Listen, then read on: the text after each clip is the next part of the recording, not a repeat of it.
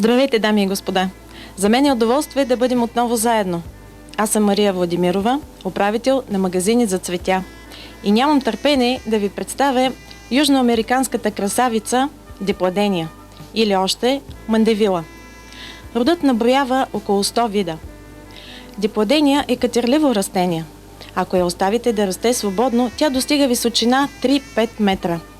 Но подлежи и на подрязване, като процедурата се извършва есента след прецъфтяване или рано на пролет.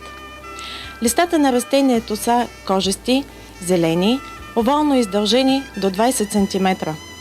Цветовете са фуниевидни, с диаметър 5 см. Периодът на цъфтеж е от март до октомври, като най-обилен е през летния сезон. Цветовете могат да бъдат обагрени в бяло, розово, наситено червено или виолетово. Изключително красиво цвете. Топлолюбиво растение.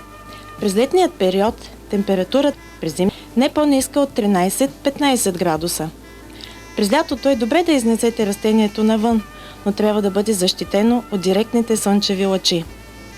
През летният период поливайте редовно, а през зимата поливането е оскъдно. Пагубно за растението е подгизналата почва или да се задържа вода в подложката. Растението обича висока въздушна влага, затова оросявайте през ден листата. През пролетно-летният период се подхранва с подходящата течна тор на 2 седмици.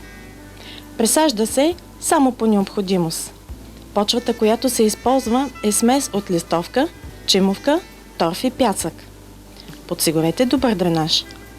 Един от видовете, Дипладения лакса, наричана още чилийски жасмин, цъфти с бели ароматни цветове. Друг вид, Дипладения боливиензис, е с лъскави листа, а цветовете са бели с жълто гърло. Разнообразието, както казах, е изключително голямо, но най-често срещани са розовите цветове. От казаното до тук става ясно, че това прекрасно цвете не е трудно за отглеждане. Подходящо е за слънчеви зимни градини и за административни сгради. Зърнете ли веднъж тази красавица, тя ще ви омагьоса и ще пожелаете да я притежавате. За днес това беше всичко от мен. До нови срещи!